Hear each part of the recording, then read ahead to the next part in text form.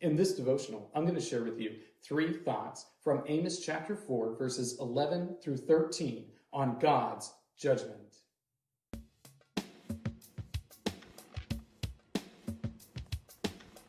Amos chapter 4, verses 11 through 13 says, I overthrew some of you, as when God overthrew Sodom and Gomorrah, and you were as a brand plucked out of the burning. Yet you did not return to me, declares the Lord. Therefore, thus I will do to you, O Israel. Because I will do this to you, prepare to meet your God, O Israel. For behold, he who forms the mountains and creates the wind and declares to man what is his thought, who makes the morning darkness and treads on the heights of the earth, the Lord, the God of hosts, is his name. I like to imagine what it was like for the people listening to Amos as he prophesied. Because when he starts, he pronounces prophetic judgment, the Lord's judgment, upon all these other nations that surround Israel. And I can't help but think that the people of Israel who are hearing him speak are just rah, rah, ree, kick him in the knee, kind of, when Amos is pronouncing all of these judgments. But then he comes up to Israel, and when he speaks about Israel, he condemns them even more than those other nations. You see, the Lord is going to judge. He's going to judge all people. And this is what Amos is telling the people of Israel, that they too will fall under God's judgment. Here are 3 thoughts from Amos chapter 4, verses 11 through 13. Thought number 1, Israel was warned in advance. They had seen the mighty power of God. They knew about it. They knew about it from their entire history. From Abraham onward, they had seen the mighty things that the Lord is able to do.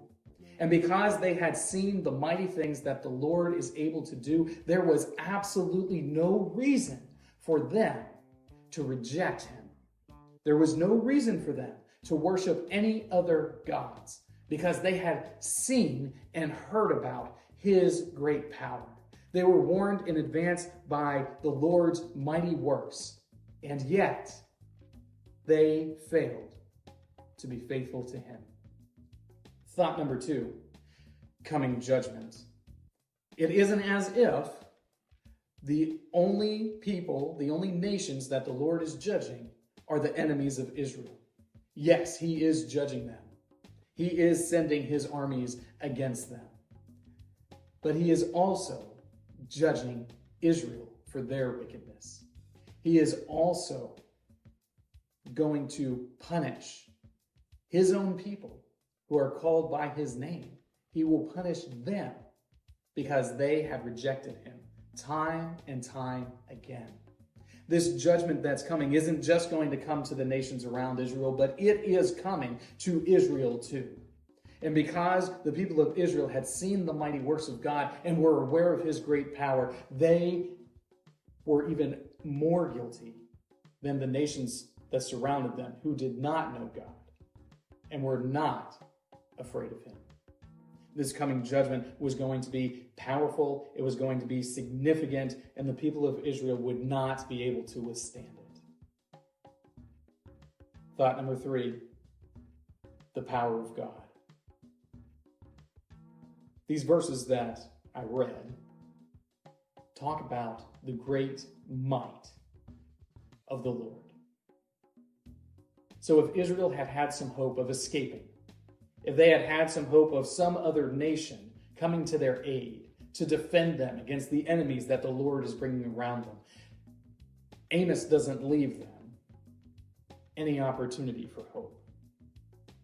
But instead, he talks about the power of God to create, the power of God to know men's hearts, the power of God to do anything that he purposes within creation. This great power of God cannot be thwarted, and this judgment that is coming upon Israel will not be stopped. There is nothing for them to do but recognize that they had violated God's holiness, that they had committed adultery with these other foreign gods, that they had worshipped what was not appropriate for them to worship. And the Lord was going to punish them for it. This great punishment that comes ultimately is one that the Lord will relent from. Because even though these nations deserved complete destruction, Israel ultimately is returned to the promised land. And this is a demonstration of the Lord's mercy. These three thoughts come from the assigned reading of Amos chapters 1 through 4. If you'd like to read through the Bible with me, you can do so by joining the Facebook group Through the Bible, where we are reading the text of Scripture together.